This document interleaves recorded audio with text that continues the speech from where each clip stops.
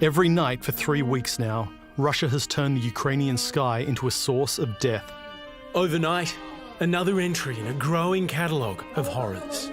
In besieged Mariupol, a theatre reportedly attacked by Russian bombs as hundreds of civilians sheltered inside. This is a terror that Europe has not seen for 80 years. Satellite images showing the word children spelled out in Russian on two sides of the building. What's going on in Mariupol? It's medieval siege. It's not the war anymore, it's just mass murdering. In an address to US Congress, Ukraine's president once again pleaded for Western air support. Is this a lot to ask for? To create a no-fly zone over Ukraine to save people? Is this too much to ask? He might have received a standing ovation, but once again Zelensky's plea was rejected. In our view, there's not a difference in terms of the implementation and the escalatory impact. As he pledged a further $1 billion in military aid to Ukraine, the US president offered a blunt assessment of his Russian counterpart. I think he is a war criminal. The International Court of Justice, the UN's top legal body, seemingly sharing that view. The court is profoundly concerned about the use of force by the Russian Federation in Ukraine, which raises very serious issues of international law. With economic measures failing to deter Putin, some political leaders believe the West's fear of escalating the conflict is giving Russia free rein to act with impunity. The concept of intervening comes from the duty to protect, which is a United Nations resolution. Militarily, NATO is the most potent military alliance in the world, but we're still not quite sure how to utilize that, how to stand up to Putin's aggression. Meanwhile, the civilian casualties mount as the world watches on. The question is, what point, what scale of massacre, what level of genocide, what breach of criminal law do we need to see actually broken before we finally step in? Putin will not stop until he is stopped. Well, Peter Zalmayev is the director of the Eurasian Democracy Initiative, and he joins us now from just near Kyiv. Peter, what do you think it'll take to stop Putin?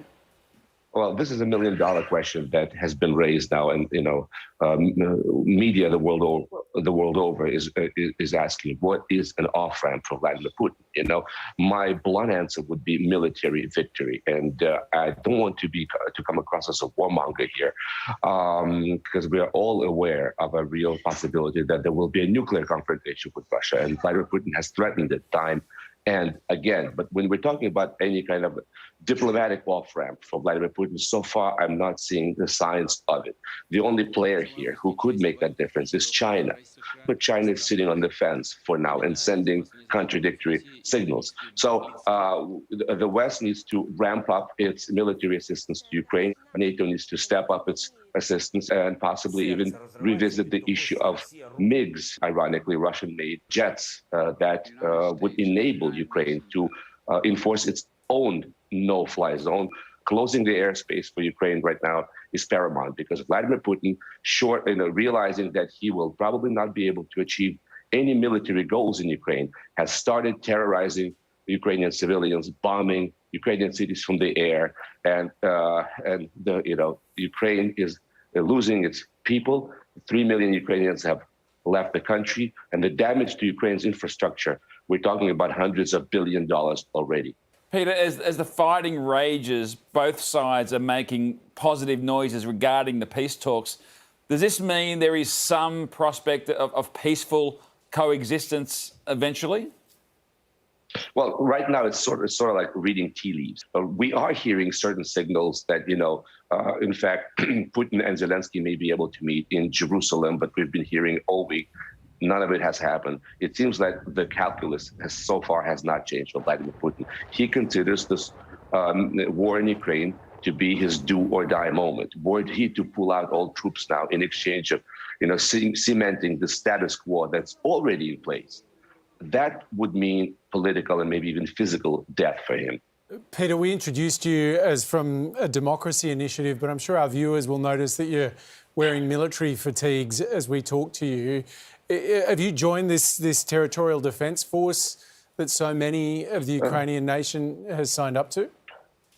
Well, we have trained, and with my colleagues, we have trained, received some basic training. We've been told by our folks in Kyiv that we are going to be more useful for the time being as informational warriors. We're engaged in an operation here where we're based, streaming. We have launched a YouTube channel that seeks to bypass Vladimir Putin's propaganda in Russia and a veritable informational blockade.